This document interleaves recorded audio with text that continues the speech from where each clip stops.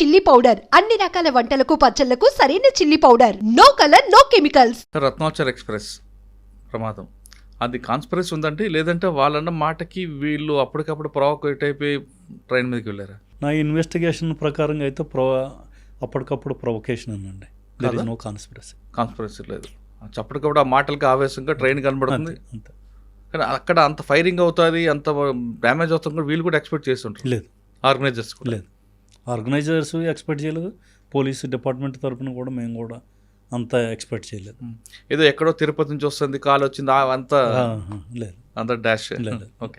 తర్వాత fire department sir, fire department అప్పటి వరకు ఎక్కడో ఉండేది, ఏదో మూలు ఉండేది. వాళ్ళందరికీ అందులో టాస్క్ ఫోర్స్ అని పెట్టడం ఆలోచన ఎందుకు వచ్చిందండి? సాధారణ పోలీసులు ఉంటారు టాస్క్ ఫోర్స్ కదా. అంటే బేసికల్లీ ఒకటి ఫైర్ డిపార్ట్మెంట్ జనరల్గా మంటలు వచ్చే వరకు పడుకొని ఉండేవారండి. ఎక్కడైనా ఫైర్ అయింది, మంటలు కాలుతున్నాయి అంటేనే వీళ్ళు పరిగెట్టు. మనకి పాత పద్ధతిలో గంటల బండి వచ్చింది, ఈ గంటల బండి వచ్చి అక్కడ ప్రాబ్లం సాల్వ్ చేసేది. ఆ పద్ధతిలో ఉండేది. బట్ ఫస్ట్ టైం నాకు అనిపించింది ఏంటంటే, ఈ ఫైర్ అవ్వకుండా మనం ప్రివెంటివ్గా మనం ఏం చేయగలం. అందుకు ఈ పబ్లిక్కి అవేర్నెస్ తీసుకురావాలి. ప్రతి ఫైర్ స్టేషన్ నుంచి కూడా వాళ్ళకి టార్గెట్స్ ఇచ్చి, మీరు విలేజెస్కి కానీ లేదా మీ ఏరియాలో ఉన్న టౌన్స్లో కానీ వెళ్ళి పబ్లిక్కి అవేర్నెస్ ఇవ్వండి. ఆయిల్ ఎవరైనా పిండి వంటలు చేసినప్పుడు దేనికి ఆయిల్ ఫైర్ అవ్వచ్చు, ఇమీడియట్గా వాళ్ళు ఏం చేయాలి. అంతేగాని ప్రతిదానికి ఫైర్ స్టేషన్కి ఫోన్ చేస్తే మీరు వెళ్ళేసరికి అక్కడ జరగాల్సింది జరుగుతుంది. సో ఇమీడియట్గా ఫస్ట్ ఎయిడ్ మనం ఏ విధంగా అయితే చేస్తామో అదేవిధంగా ఇక్కడ ఫస్ట్ రెస్పాన్స్ ఏ విధంగా చేయాలి, పబ్లిక్కే చేయాలి అని వాళ్ళని అవేర్ చేయడం కోసం ఈ టాస్క్ ఫోర్స్ పెట్టాం ప్రతి చోటను. సో రెండోది ఏంటంటే, ఈ టాస్క్ ఫోర్స్కి స్పెషల్గా ట్రైనింగ్ ఇచ్చేవాడిని. అంటే వీళ్ళకి పూణే పంపించాం. అదేవిధంగా కొన్ని Orissa fire station Orissa fire department చాలా అడ్వాన్స్డ్గా ఉంది. వాళ్ళ దగ్గరికి వాళ్ళ అకాడమీకి పంపించి వీళ్ళని చాలా 1 month ట్రైనింగ్ ఇప్పించాం. సో ఈ వీళ్ళలో కూడా వీళ్ళ స్కిల్ డెవలప్మెంట్ కోసం మేము ట్రై చేసాం. రెండోది ఏంటంటే, ఇప్పుడు సపోజ్ కెమికల్ ఫైర్స్, ఇండస్ట్రీలో ఫైర్స్ ఇటువంటివి అయితే మన దగ్గర ఒక టాస్క్ ఫోర్స్ అంటూ ఉండి ఒక స్పెషల్ డ్రెస్లో ఉంటే అదొక ఇమేజ్ మనకి క్రియేట్ అవుతుంది అనేసి అనుకొని ఈ టాస్క్ ఫోర్స్ పెట్టడం, వీళ్ళ రెస్పాన్స్ కూడా అంతే యాక్టివ్గా చేయటం, దానివల్ల మంచి రిజల్ట్స్ రావడం కూడా బాగా జరిగింది. అప్పుడు ప్రిన్సిపల్ సెక్రటరీ హోమ్గా అనురాధ మేడం గారు ఉండేవారు. మేడం చాలా సపోర్టివ్గా, చాలా మేము తీసుకున్న ఇనిషియేటివ్ ప్రతి ఒక్కటి కూడా madam appreciated very well. So దాంతో మనకి గవర్నమెంట్ తరఫున కూడా ఫుల్ సపోర్ట్ ఉండేది. ఆ విధంగా మనకి ఈ టాస్క్ ఫోర్స్ బాగా ఉపయోగపడింది. ఈవెన్ మేము అమెరికా నుంచి ట్రైనర్స్ని కూడా తెప్పించాం. అప్పుడు 10 days మనకి వీళ్ళకి ట్రైనింగ్ ఇప్పించాం. So even not only fire, వీళ్ళకి డ్రౌనింగ్ కేసెస్లో కానీ లేదా ఈ సైక్లోన్స్, ఫ్లడ్స్ వీటిల్లో కానీ వీటన్నిటిలో కూడా మా వాళ్ళు ఎక్స్పర్ట్స్ ఉండాలి. అంటే ఒక రొటీన్గా జరిగే జర్నలిస్టులు కాకుండా ఒక ఎక్స్పర్ట్ టీం మన దగ్గర ఉంటే చాలా బెటర్గా ఉంటుంది అని చెప్పి ఒక యంగ్స్టర్స్ని అందరినీ సెలెక్ట్ చేసి తయారు చేసాం. అది టాస్క్ ఫోర్స్. ఎంతకాలం పని చేస్తారంటే డిజాస్టర్ మేనేజ్మెంట్లో? 2 years 8 months అండి. తర్వాత ఐజీపీటీఓగా వెళ్ళిపోయాను. ఇప్పుడు గవర్నమెంట్ మారింది. సో నేను డీజీపీ ఆఫీస్లో పీటీఓకి ఐజీగా మారి తర్వాత ఇంక బ్యాక్ టు క్యాడర్. అక్కడ మీరు మధ్యలో మీ టైంలోనే తిత్లీ తుఫాన్ ఒకటి వచ్చింది. ఎస్, తిత్లీ తుఫాన్లో నేను అక్కడే ఉన్నారు. నేను డీజీ ఫైర్ సర్వీస్. దాన్ని ఎలాగండి ఆపరేషన్? యాక్చువల్గా మీకు తిత్లీ సైక్లోన్ గురించి ఒక మాట చెప్పాలండి. అది పలాస మన శ్రీకాకుళం ఏరియాలో జరిగింది. అప్పుడు మన ముఖ్యమంత్రి గారు చంద్రబాబు నాయుడు గారు, నేను పలాస వెళ్తున్నాను రేపు ఆఫీసర్స్, కన్సర్న్డ్ ఆఫీసర్స్ అందరూ కూడా అక్కడ రావాలన్నారు. ఫైర్ సర్వీస్ డీజీ కూడా రావాలంటే నేను కూడా అప్పుడు వెళ్ళాను. ఎవరు సార్ ఇప్పుడు డీజీ? సాంబశివరావు గారా? DGP Sambasivarao sir. ఫైర్ సర్వీస్కి ఆయన కదా? కాదు, ఫైర్ సర్వీస్ నేను. మీరు డీజీపీ సాంబశివరావు? డీజీపీ సాంబశివరావు, నేను ఫైర్ సర్వీస్ డీజీ. అవును.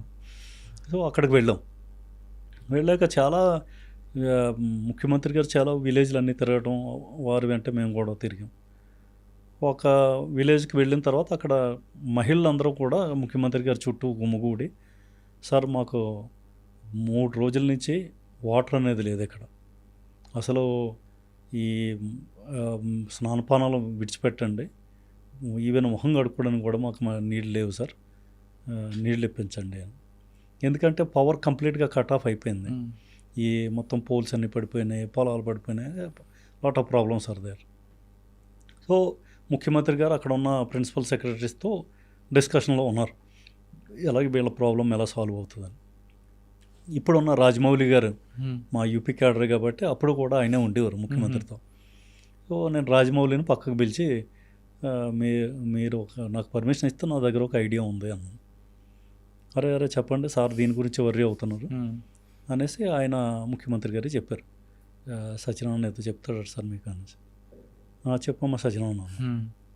సార్ మీరు పర్మిషన్ ఇస్తే ఇంటింటికి కూడా వాటర్ సప్లై నేను తీసుకుంటాను సార్ బాధ్యత అన్న. నువ్వు ఎలా చేస్తావు, ఫైర్ సర్వీస్ వాళ్ళు మీరు ఎలా చేస్తారు? సార్ నా దగ్గర ఫైర్ టెండర్స్ ఉన్నాయి సార్, మేము వాటర్గా ఈ పాండ్స్ నుంచి వాటర్ దీన్ని ఫిల్ చేసి డోర్ టు డోర్ మేము సప్లై చేస్తాం, ప్రతి విలేజ్కి మేము సప్లై చేస్తాం అనేసి. అంటే అరే వండర్ఫుల్ ఐడియా, ఇంకా ఇంతకుమించి ఇంకేముంది, ఇప్పటివరకు దీని గురించి బొరబాదుకుంటున్నాను అనేసి వెంటనే పర్మిషన్ ఇచ్చారు. అప్పుడు నేను ఏం చేశానంటే శ్రీకాకుళం, విజయనగరం ఈ ఫైర్ టెండర్స్ని విడిచిపెట్టి మిగతా జిల్లాల్లో ఉన్న ఫైర్ టెండర్స్ ఆ రోజు రాత్రికి కల్లా మొత్తానికి ఒక 68 ఫైర్ టెండర్స్ రిపోర్ట్ చేసి వాటిని వెంటనే దానికి ఒక టీము ఇన్ఛార్జ్ అన్నీ పెట్టి ఫటాఫట్ మొత్తం విలేజెస్ ఎన్ని ఉన్నాయో అన్నిటినీ వీటి మధ్యన డివైడ్ చేసి ఇంకా continue round the clock supply అది పెట్టాం.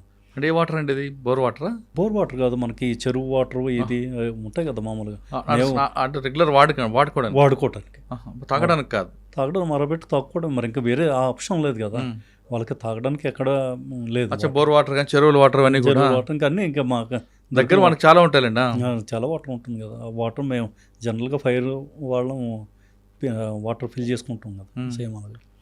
సో బాగా సప్లై చేసాం, ఏ విలేజ్కి ఎన్ని వాటర్ సప్లై చేసాం ఏంటి అన్నది అంతా కంప్యూటర్ రికార్డు మెయింటైన్ చేసాం. సో అది కంప్లీట్గా సక్సెస్ అయిపోయింది. సీఎం గారు ఏమన్నారు? చాలా అప్రిషియేట్ చేశారు. 10 days ఫుల్ చేసామండి. ఆ తర్వాత ప్రతిరోజు రాత్రి 10 గంటలకు మీటింగ్ జరిగేది పలాసలో ముఖ్యమంత్రి గారు. అప్పుడు సమస్య, రైతులంతా కూడా ముఖ్యమంత్రి గారి ముందు సమస్య పెట్టారు. ఈ చెట్లు పొలాల్లో పడిపోయినాయి సార్, వీటిని మేము క్లియర్ చేయాలంటే మాకు లక్షల్లో ఖర్చు అవుద్ది, మేము అసలే ఈ వరదల వల్ల మేము నష్టపోయి ఉన్నాం, మరి ఈ చెట్లు క్లియర్ చేయడానికి కూడా మేము ఖర్చు పెట్టుకోవాలంటే కష్టం సార్. ముఖ్యమంత్రి గారు వెంటనే స్పందించి, లేదు ఈ బాధ్యత మేము తీసుకుంటాం, మీరు దాని గురించి వర్రీ అవ్వకండి అనేసి ఆ రోజు మీటింగ్లో అది డిస్కషన్. ఈ చెట్లను ఎలా క్లియర్ చేయాలి, ఒక్కొక్క సెక్రటరీ ఒక్కొక్క ఐడియాస్ ఇవి అవి ఇస్తుంటే వెంటనే డీజీ ఫైర్ సర్వీస్ ఏదైనా ఐడియా ఇస్తే ఇవ్వండి అంటే నేను, సార్ క్లియర్ అయితే మేము చేయగలం సార్, మాకు క్లియర్ చేయడానికి కావాల్సిన సంసాధనాలు మా దగ్గర లేవు. అంటే ఏం కావాలి నీకు అన్నారు. సార్ మాకు పవర్ కట్టర్స్ అవి ఇవి కావాలి సార్, ఆ పవర్ కట్టర్స్ ఉంటే మేము కట్ చేసి తీసేవచ్చు. అంటే నీ దగ్గర మరి నీ ఫైర్ మ్యాన్ ఈ పని చేయగలరా అన్న. చేయగలరా సార్, మా వాళ్ళు ఎక్స్పర్ట్స్, ట్రైనింగ్ ఇప్పించాం సార్ వీళ్ళందరికీ. అయితే మరి నీకేంటి ఈ రిసోర్సెస్ కావాలంటే ఏం చేయాలి అంటే, ఏం లేదు సార్, అది కొనుక్కుంటే మనకి ఇమీడియట్గా అయిపోతుంది సార్. అట్లా ముఖ్యమంత్రి గారు అన్నారు, ప్రిన్సిపల్ సెక్రటరీ చెప్పారు, సార్ డీజీ ఫైర్ సర్వీస్కి ఒక 5 crores ఇవ్వండి, కొనుక్కొని దాన్ని చేస్తారు.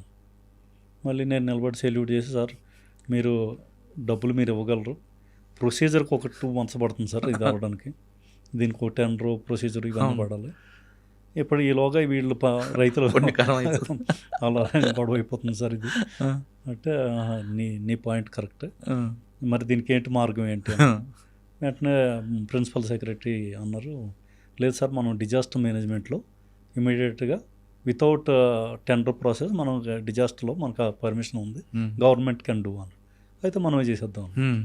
గవర్నమెంట్ పర్చేజ్ చేసి మాకు అంత ఈ పవర్ సోర్స్లు అన్నీ ఇచ్చారు. ఆ తర్వాత మేము అక్కడే ఉండి 1 month ఉండి మొత్తం అన్ని క్లియర్ చేసి ఫుల్ రిపోర్ట్ ఇచ్చాం సార్, మొత్తం ఆల్ ట్రీస్ మొత్తం అన్ని క్లియర్ చేసాం. తర్వాత ఇక్కడికి వచ్చారు, తర్వాత మీరు మళ్ళీ యూపీ క్యాటర్కి వెళ్తాం. యూపీలో ఎక్కడ సార్ మళ్ళీ నెక్స్ట్? తర్వాత ఐజీ చిత్రకూట్ రేంజ్ అండి. ఈ చిత్రకూట్ రేంజ్ అనేది మీకు తెలిసి ఉంటుంది, రాముడు వనవాసం. సో రాముడు వనవాసంలో 12 సంవత్సరాలు గడిపింది అక్కడే. సో ఈ చిత్రకూట్లోనే అక్కడ నేను ఐజీగా చేశాను. సో అది అయిన తర్వాత ఐజీ వారణాసికి చేశాను. ఆ తర్వాత ఇంకా ఈ ప్రమోషన్ వచ్చి అడిషనల్ డీజీపీ సిఐడి అయ్యాను. సిఐడి తర్వాత మళ్ళీ ఈ ట్రాఫిక్ ఇచ్చారు. సార్ ఐజీ వారణాసిలో మీకు ఏమైనా మెమరబుల్ ఉందా? మెమరబుల్ అంటే ఐజీ అనేసరికి కొద్దిగా సూపర్వైజరీ పోస్ట్ అండి. యూనిట్ ఆఫీసర్ ఛాలెంజెస్ అన్నీ కూడా ఎస్పీస్కే ఉంటాయి ఎక్కువ. మా టైంలో అగ్నివీర్ ఇన్సిడెంట్స్ బాగా జరిగాయి. అగ్నివీర్ కోసం గొడవలు పడడం, జనాలు ఏవో టైర్లకి పెట్టడాలు ఇవన్నీ జరిగేవి. వాటిని హ్యాండిల్ చేసాం.